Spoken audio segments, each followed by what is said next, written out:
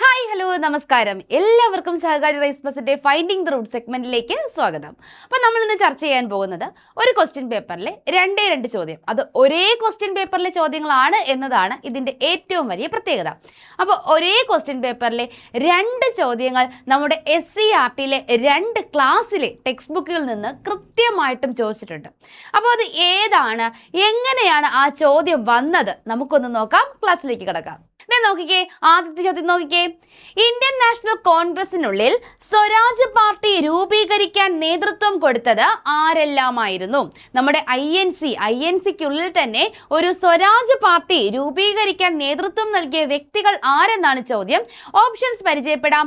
Option A CR Das Motilal Nehru, option B CR Das Subhash Chandrabose, option C Subhash Chandrabose Jawaharlal Nehru, option D Motilal Nehru Jawaharlal Nehru.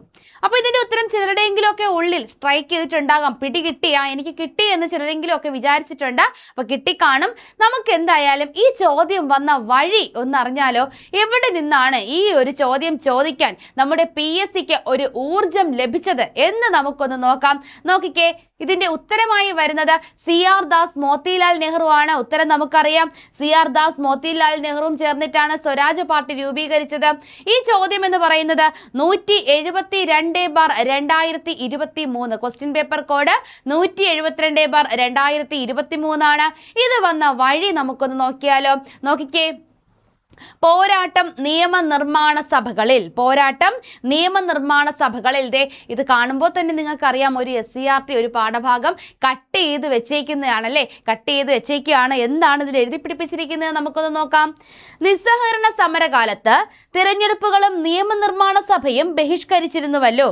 ഇതിനോട് വിയോജിപ്പുണ്ടായിരുന്ന Congress നേതാക്കളായിരുന്ന CR Das, Motilal Nehru തുടങ്ങിയവരുടെ നേതൃത്വത്തിൽ 1923 Swaraj party രൂപീകരിക്കപ്പെട്ടു. അപ്പോൾ ആ സെന്റൻസ് ക്ലിയർ ആയിട്ടും കൊടുത്തിട്ടുണ്ട്. ആരുടെയൊക്കെ നേതൃത്വത്തിൽ? നമ്മുടെ CR ദാസിന്റെയും മോത്തിലാൽ നെഹ്റുവിന്റെയും നേതൃത്വത്തിൽ. വർഷം 1923. നമുക്ക് കുറച്ച് ഡേറ്റും കൂടെ ഒന്ന് ആഡ് ചെയ്ത് പഠിക്കാം. 23 ജനുവരി 1 എന്ത് രൂപീകരിക്കപ്പെട്ടു? നമ്മുടെ സ്വരാജ് പാർട്ടി രൂപീകരിക്കപ്പെട്ടു. ഇത് നിയമനിർമ്മാണ സഭകളെ പോരാട്ടത്തിനുള്ള വേദിയാക്കുക എന്ന ലക്ഷ്യത്തോടു കൂടി ആരംഭിച്ചതാണ്. നിയമനിർമ്മാണ സഭകൾ എന്തിനു വേണ്ടി മാത്രമല്ല, നിയമങ്ങൾ നിർമ്മിക്കാൻ വേണ്ടി മാത്രമല്ല, മറിച്ച് അത് പോരാട്ടത്തിന്റെ വേദി കൂടിയാക്കി മാറ്റുക എന്ന ലക്ഷ്യത്തോടെ 1923 ജനുവരി 1 CR ദാസും മോത്തിലാൽ നെഹ്റുവും ചേർന്ന് രൂപീകരിച്ച പാർട്ടിയാണ് എന്ത്? നമ്മുടെ സ്വരാജ് പാർട്ടി. അപ്പോൾ ഈ ചോദ്യത്തിന്റെ വഴി നിങ്ങൾക്ക് മനസ്സിലായല്ലോ. SCERT പഠിക്കേണ്ടതിന്റെ ആവശ്യകത എന്ത് എന്ന് നിങ്ങൾക്ക് മനസ്സിലായല്ലോ. ഇനിയും SCERT പഠിച്ചു തുടങ്ങാത്തവർ തീർച്ചയായും തുടങ്ങുക. നിങ്ങൾക്ക് ഈ ഒരു പരീക്ഷ, ഈ വരുന്ന company board, LGS, BEFCO, VFA, അതുപോലെ തന്നെ നമ്മുടെ ഡിഗ്രി ലെവൽ എക്സാമുകളെല്ലാം നിങ്ങൾക്ക് വിജയിക്കണമെന്ന് ആഗ്രഹമുണ്ടെങ്കിൽ തീർച്ചയായിട്ടും നിങ്ങൾ ഒരിക്കലും SCERTയും NCERTയും സ്കിപ്പ് ചെയ്യരുത്. ഒരേ ചോദ്യ പേപ്പറിലെ രണ്ടാമത്തെ ചോദ്യം നമ്മൾ കാണിക്കുന്ന അടുത്ത ചോദ്യത്തിലേക്ക് പോകുന്നതിന് മുമ്പ് ഇത് എവിടെ നിന്ന് വന്നു എന്ന് നിങ്ങളൊന്ന് അറിഞ്ഞിരിക്കുക. ഇത് നമ്മുടെ 10ാം ക്ലാസ്സിലെ, നമ്മുടെ SCERT 10ാം ക്ലാസ്സിലെ ഹിസ്റ്ററിയിലെ 6ാമത്തെ ചാപ്റ്റർ ആണ്.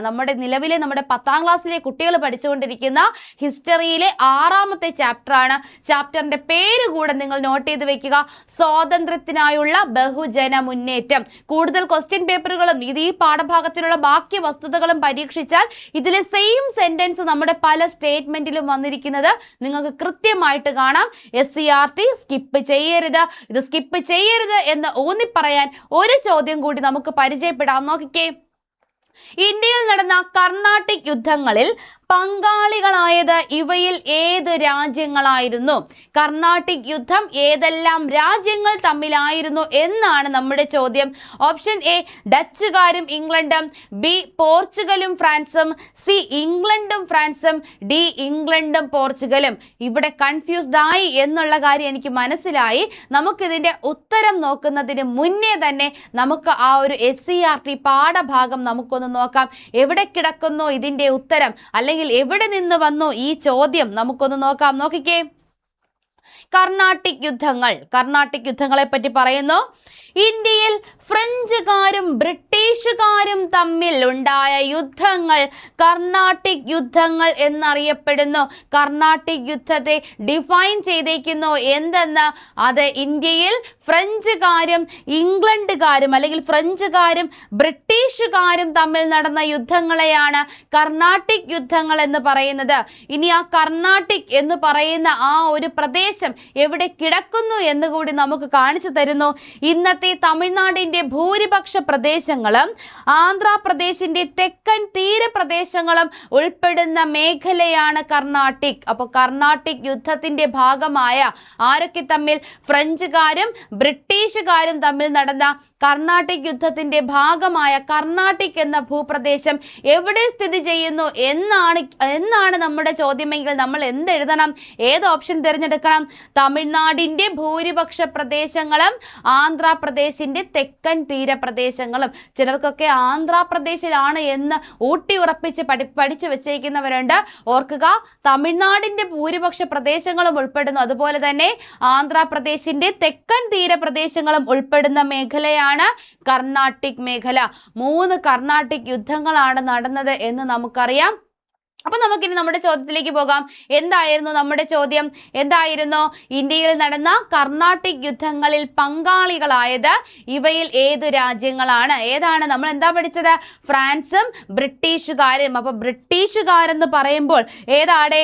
ഇംഗ്ലണ്ടുകാരല്ലേ, ഇംഗ്ലീഷുകാരല്ലേ? ഇംഗ്ലണ്ടും ഫ്രാൻസും തമ്മിലാണ് എന്ത് നടന്നത്? കർണാട്ടിക് യുദ്ധങ്ങൾ നടന്നത്.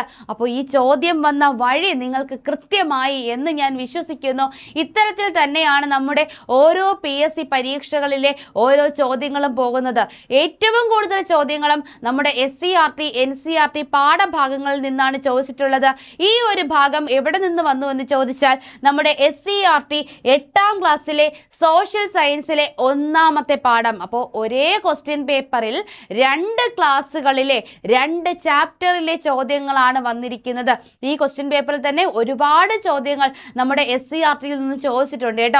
അപ്പോൾ 1ാമത്തെ പാഠം അധിനിവേശവും ചെറുത്തുനിൽപ്പും എന്ന പാഠഭാഗത്ത് നിന്നാണ് ഈ ഒരു ചോദ്യം വന്നിരിക്കുന്നത്.